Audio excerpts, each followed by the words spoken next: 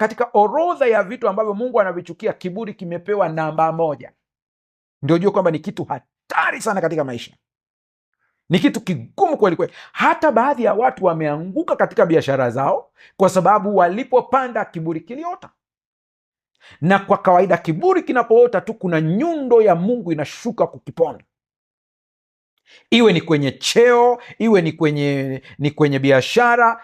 Sina maana wote walioanguka katika biashara au katika vyeo walikuwa na viburi, hapana. Kuna wengine walianguka sio kwa kuanguka, ila ni kwa Mungu kuwaondoa ili akawatengeneze tena kwa ajili ya kitu kingine bora zaidi. Huo sio kuanguka, ila ni kubadilishwa tu eneo. Hilo lizingatie sana.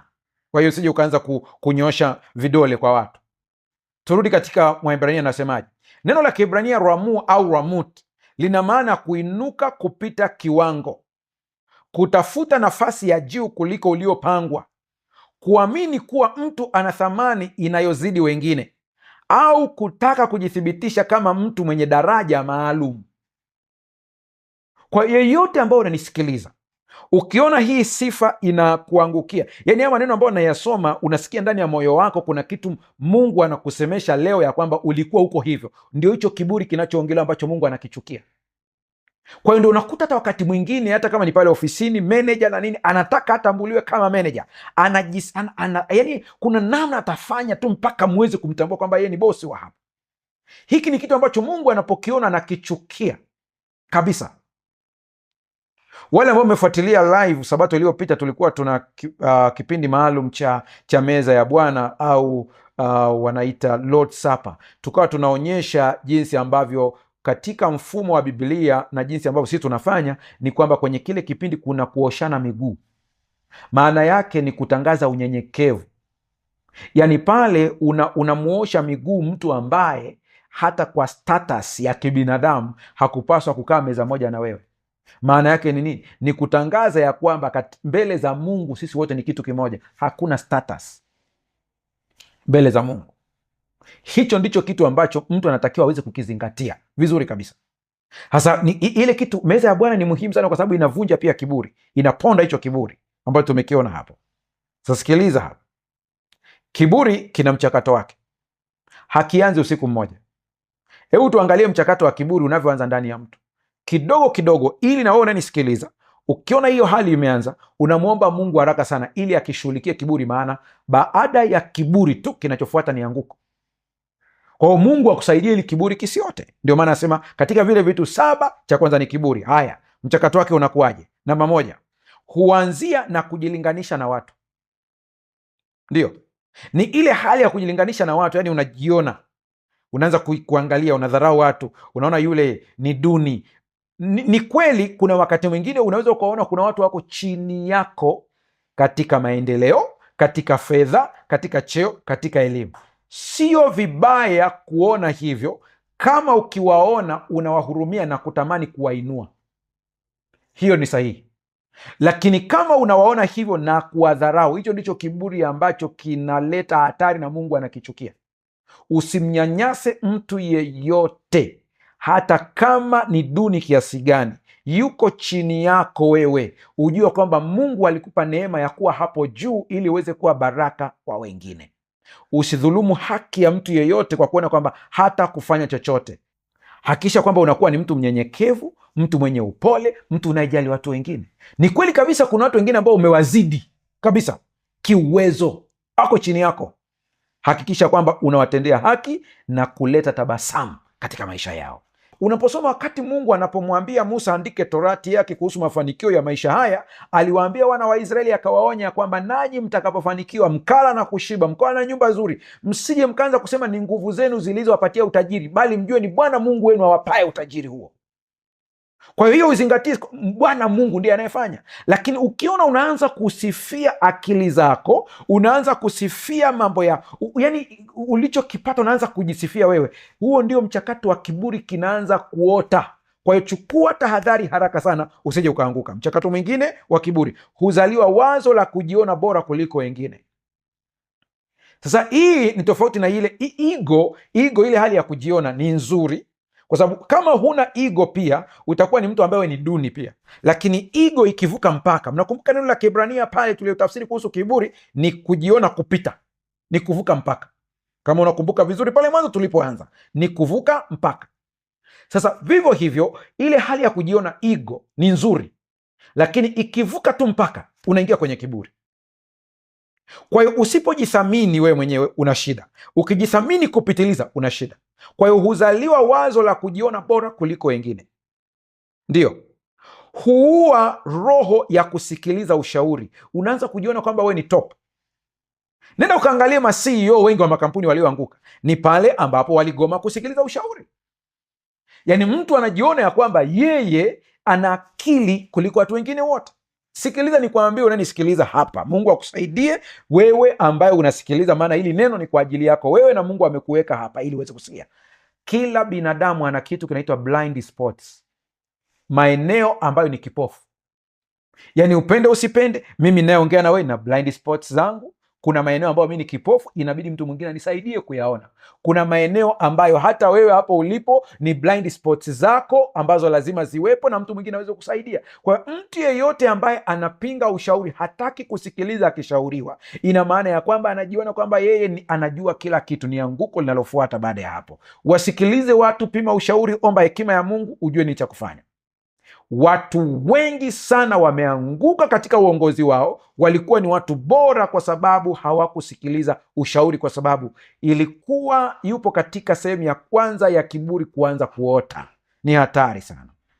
Sikiliza, hujenga tabia ya kupuuza maonyo ya Mungu. Yaani taratibu ile hali inaanza kuota taratibu, inajenga ile hali ya kupuuza maono ya kimungu, au maonyo, nitumie lugha hii, maonyo ya kimungu. Mungu anatuonya kwa namna nyingi, ana namna nyingi za kutuonya, ziko nyingi sana, lakini jinsi ambavyo Mungu anatumia hizo namna za kutuonya, kuna kakiburi kanaota. Kale kakiburi kakiota, utaona yakeni kana kwamba, yani huwezi kuona tena ile maonyo ya Mungu ambayo Mungu anakupatia, kwa sababu Mungu anaweza akakuonya kupitia mtu usiyemtarajia. Mungu anaweza kukuonya kupitia mtoto. Mungu anaweza kukuonya kupitia matukio. Mungu anaweza akakuonya kupitia mtu ambaye ulimdharau kabisa. Kwa hiyo ile hali ikishaanza kuota taratibu ya kupuuzia maonyo, kuna vitu kabisa huwezi kuviona, na baada ya hapo ni anguko, maana kiburi kinaota. Hatimaye mtu huanza kujiweka juu ya mamlaka ya Mungu na kiburi kinamwangusha. Methali 16 fungu la 18 anasema, kiburi hutangulia maangamizi, majivuno hutangulia maanguko. Ndio hivyo ndivyo inavyokuwa. Ndio sababu mimi binafsi sifurahii sana, sijajua wewe, lakini Roho Mtakatifu atakusaidia. Sifurahii sana watu ambao wanapenda sana kuonyesha maendeleo yao mitandaoni katika lugha ya ile pride, kiburi. Lakini kuna mwingine anaweza akatumia stori ya maendeleo yake na ubora wake kama njia ya kuonyesha ukuu wa Mungu. Huyu ni tofauti kabisa. Isaya 2:11 anasema, siku yaja ambapo kiburi cha watu kitashushwa, majivuno ya kila mtu yatavunjwa, na Mwenyezi Mungu peke yake atatukuzwa siku hiyo. Ndio kumbe, kama tulivyoona pale juu ya kwamba kiburi lazima kivunjwe, maana haiwezekani nyumba moja ikawa na baba wawili. Haiwezekani. Na haiwezekani ufalme mmoja ukawa na wafalme wawili. Mungu ni mmoja, ndiye mtawala, ndiye bosi wa wote. Natumia neno bosi japokuwa Mungu sio bosi, ni mtawala mwema. Kitabu cha Petro wa kwanza sura ya 5 fungu la 5 anasema, kadhalika nanyi vijana mnapaswa kujiweka chini ya mamlaka ya wazee. Nyinyi nyote mnapaswa kuwa na unyenyekevu, mpate kutumikiana, maana maandiko matakatifu yasema, Mungu huwapinga wenye majivuno, lakini huwajalia neema wanyenyekevu. Hili andiko naomba Roho Mtakatifu akusaidie uweze kulitafakari kwa kina vizuri, na ikiwezekana wewe unanisikiliza, liandike ukalirudie tena, ukalisome tena na tena na tena katika Kiswahili cha kisasa. Wale ambao mnafuatilia kwa Kiingereza, soma katika Good News, utaona jinsi ambavyo hili andiko lina maneno mazito yako ndani yake. Nataka niyarudie tena. Kadhalika nanyi vijana mnapaswa kujiweka chini ya mamlaka ya wazee. Yaani hapa tunaongelea kanisani, tunaongelea kazini, kule kazini kwenu mlipo, naongelea serikalini. Yaani kuna wazee ambao wamekutangulia pale kazini. Wale wazee kuna hekima wanayo ndani yake, ukijua kutulia vizuri utaichota. Lakini kuna kawaida ya vijana sasa hivi kujiona wao ni wajuaji, wanajua teknolojia kuliko wazee. Mzee hajui chochote kuhusiana na masuala ya kisasa, AI hajui, kwa hiyo unamwona na kumdharau katika hali fulani. Hapana, kubali kujiweka chini ya mamlaka ya wazee. Yaani tukiwa na roho ya kutumikiana na kusaidiana, tukaondoa roho ya mashindano, tutafika pale ambapo Mungu amekusudia tufike. Kwani wanaomalizana maofisini ni akina nani? Ni wenyewe kwa wenyewe, vijana. Anamwona mwenzake anapendekezwa kupanda cheo, anampachika sifa ya uongo, maneno ya uongo, ili aonekane ya kwamba hafai, na hicho cheo unajikuta nawe mwenyewe hukipati na yeye pia hakipati. Na sheria ya asili inataka wewe uliyemsemea mwenzako maneno mabaya ukamtungia, kama utakavyoona huko mbele, upigwe. Kwa hiyo unaendelea kupiga mark time, unaendelea kubaki pale pale ulipo na malaana umeyabeba. Wakati ungelisaidia mwenzako huyu akapanda, ungebeba baraka na wewe ungekuja kupanda kwa wakati. Hatutakiwi kushindana, bali tunatakiwa kusaidiana ili tuweze kufika. Kuna mfalme mmoja katika Biblia anaitwa Uzia. Mfalme Uzia alianza vizuri sana, akafanya kazi vizuri kabisa. Alikuwa mnyenyekevu, akamtafuta Mungu na Mungu akampa mafanikio. Lakini alipojiona ana nguvu, alitukuka moyoni, akaingia hekaluni kuchoma uvumba bila ruhusa. Wakati makuhani walipojaribu kumzuia, alikasirika. Hapo hapo ukoma ukampata. Kiburi kilimsukuma kuvuka mipaka ambayo Mungu aliweka. Sijui umesikia stori ya Uzia vizuri, utaisoma kwa muda wako. Uzia alianza kazi vizuri, Mungu akamfanikisha, maana alikuwa mnyenyekevu, alikuwa mtu wa Mungu. Mafanikio alipoyaona, akajiona yeye ndio yeye. Unakumbuka hapa mwanzoni kwenye kitabu cha Petro nimeelezea kwamba hatutakiwi kushindana, bali natakiwa kila mmoja amtumikie mwenzake. Kuna kitu ambacho mwenzako anacho wewe huna, kwa hiyo msaidie. Ni kusaidiana. Uko pale kazini, kuna kazi unajua kuifanya, mwenzako amepewa kazi na bosi, hawezi kuifanya, unamwona anahangaika, msaidie. Acha ile ya kusema nikifanya hizi kazi akifanikiwa sifa itaenda kwake. Hatufanyi kazi kwa sifa, tunajenga taifa, tunajenga makanisa, tunajenga huduma. Hiyo ndio lengo letu kubwa. Lengo sio nani asifiwe. Kuna watu ambao wamefanya kazi kubwa, lakini hutawaona hata wakitajwa kabisa, hutawasikia, lakini wamechangia pakubwa katika huduma. Huwezi kumjua hata hatajwi, japo yupo mtu aliyegundua taa za barabarani. Huwezi kumsikia akisifiwa, lakini taa za barabarani ziko duniani kote. Tena alikuwa mweusi, ziko duniani kote. Kazi yake ni kubwa na ina baraka. Tutafute kuhudumia kuliko kusifiwa. Mungu atusaidie sana katika hili. Sasa sikiliza sasa. Mfalme Uzia akashindwa kujua kwamba Mungu amempa yeye ufalme, hajampa ukuhani. Akaingia kufukiza uvumba, kazi ya makuhani. Ni kama leo kuna watu Mungu amewapa baraka ya kufanya biashara. Kuna watu Mungu amewapa neema ya kuwa viongozi katika mashirika. Kuna watu Mungu amewapa neema kuwa viongozi katika wizara za serikali au katika mataifa mbalimbali. Lakini katika hawa watu kuna watu ambao Mungu amewapa sehemu nyingine ya kuwaombea hawa na kuwapa maonyo hawa. Kwa hiyo kama huyu ambaye amepewa kazi ya kuomba na kutoa maonyo anapojaribu kuelezea kile ambacho Mungu amesema na mtu asipomsikiliza, yule mwingine naye akaingia kana kwamba naye pia amekuwa kama kuhani, anakuwa kama Uzia pia.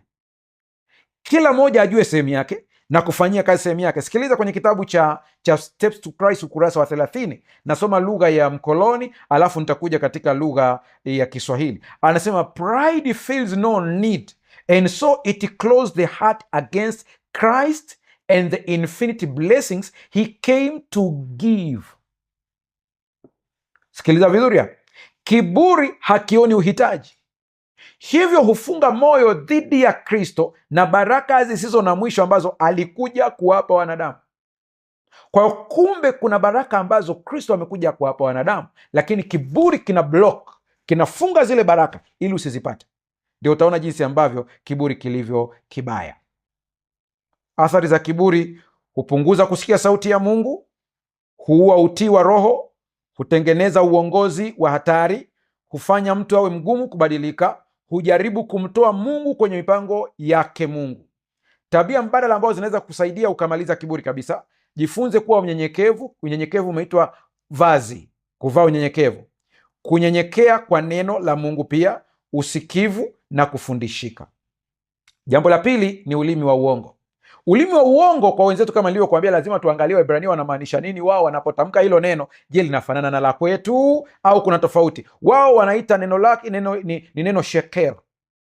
Neno sheker maana yake ni uongo unaoelezewa kwa neno la Kiebrania sheker, linalomaanisha jambo lisilo kweli, taarifa iliyotengenezwa kwa makusudi, au kauli inayopotosha ukweli ili kupata faida au kuficha jambo. Kwa hiyo kama una sifa za hiki ambayo tumekisema hapa, wewe uko kwenye kundi la pili ambalo Mungu anasema analichukia, ulimi wa uongo. Anaposema ulimi wa uongo anamaanisha nini? Anamaanisha jambo lisilo kweli, taarifa iliyotengenezwa kwa makusudi, au kauli inayopotosha ukweli ili kupata faida au kuficha jambo. Huo ni uongo ambao Mungu anauchukia. Uongo ni tabia inayojengwa polepole. Mtu anaposema uongo mmoja, mara nyingine anahitaji uongo mwingine kuficha ule wa kwanza. Baada ya muda, tabia ya kusema ukweli inapotea. Yaani kuna watu ambao siku akikwambia ukweli unasema mvua itanyesha, maana imekuwa ndio tabia yake, ndivyo alivyo, kwa sababu uongo wa kwanza unabidi uweze kufunikwa na uongo wa pili. Kwa unaona, anajenga mpaka inakuwa ni sehemu ya maisha yake. Hivyo ndivyo ilivyo. Sasa sikiliza tahadhari. Naposema mtu awe mkweli, zingatia tahadhari ifuatayo. Ukweli unapokosa hekima hugeuka kutoka kuwa nuru na kuwa silaha. Unaweza kuchoma na kujeruhi kwa undani sawa sawa, au pengine zaidi ya uongo ulio dhahiri. Ukweli unaotolewa kabla ya majira yake huweza kuwa sumu inayoingia taratibu. Napenda sana kusoma vitabu vya masuala ya kijeshi na masuala ya intelijensia. Moja ya vitu ambavyo vinanishangaza sana ni hivi ya kwamba inaruhusiwa baada ya miaka kadhaa, nadhani huenda ni miaka 100 kama sijakosea, huenda waliosoma zaidi wanaweza wakanisaidia ni miaka mingapi, lakini tuchukulie kama nimepatia, huenda ni miaka 100. Kama mliwapeleleza nchi fulani, mliwafanyia uspai, baada ya miaka 100 inaruhusiwa kufunua zile siri. Kwa nini inachukua muda mrefu kiasi hicho? Ni kwa sababu anajua ule ukweli ukifichuka kwa wakati ule unaweza ukaleta madhara. Vivyo hivyo tunasema ni vizuri ujifunze kusema ukweli, lakini jua kutumia hekima, kwa sababu ukweli unapokosa hekima hugeuka kutoka kuwa nuru na kuwa silaha, inaweza ikaangamiza. Sikia maneno haya. Kwa hiyo kusema ukweli ni zaidi ya swala la usahihi, ni sanaa ya busara. Ni lazima kupima uzito wa neno dhidi ya uhalisia wa moyo wa mpokeaji, ili ukweli uwe chachu ya uponyaji na sio chanzo cha maangamizi. Kwa kama unaposema ukweli utaleta maangamizi, wewe huna tofauti na mtu aliyesema uongo.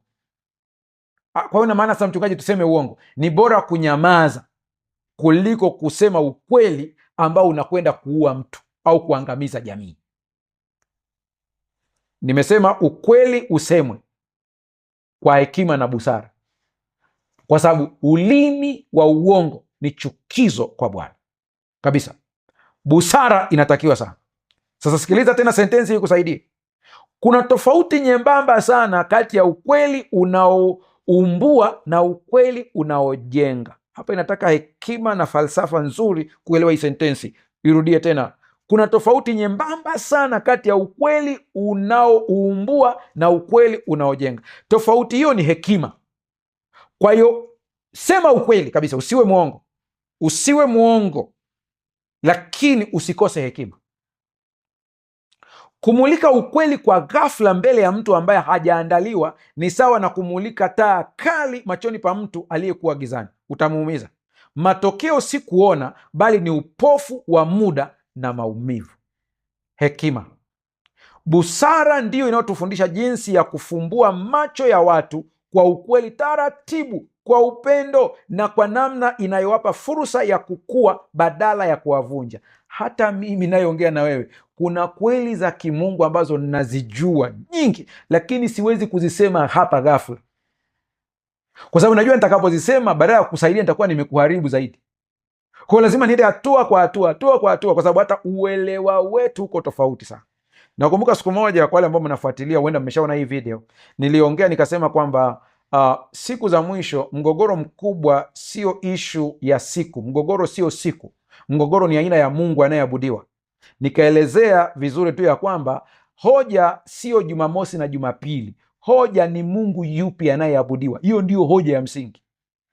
Mtu mmoja kwa kutokuelewa nilichokisema akakata kaklipu kadogo tu ako tu akatengeneza video yake, akaeleza ona Pastor Mbaga anavyosema, angalia, akaanza kunukuu na vitu na wasiojua wengine wakaanza kucomment wakishadadia bila kuelewa. Lakini ni kwa sababu ule ukweli haukuwa ukweli kwake, maana hakuelewa maana yake ni nini. Twende vizuri tu hapo. Utakaponiambia kwamba mgogoro wa siku za mwisho ni Jumamosi na Jumapili, na mimi nitakuuliza haya majina Jumamosi na Jumapili yalianza lini? Maana kwenye Mwanzo sura ya kwanza hakuna Jumamosi, hakuna Jumapili. Mwanzo ni siku ya kwanza, siku ya pili, siku ya tatu. Mwisho wa kunukuu. Namba 2, nilieleza hivi, nikasema unapoamka siku ya Sabato na mtu aliyeamka siku ya Jumapili, hakuna mianga tofauti, zile siku zinafanana katika muonekano. Kwa hiyo huwezi kuniambia kwamba hii siku ya leo ya Jumamosi ina mwanga tofauti na siku ya Jumapili. Mgogoro sio hapo. Tatizo lipo, siku ya saba inawakilisha Mungu ni muumbaji wa mbingu na nchi na bahari na vyote vilivyomo. Simple. Siku ya kwanza ya juma inawakilisha Mungu jua. Simple. Kwa hiyo hoja sio jina, hoja ni yupi ambaye anawakilishwa.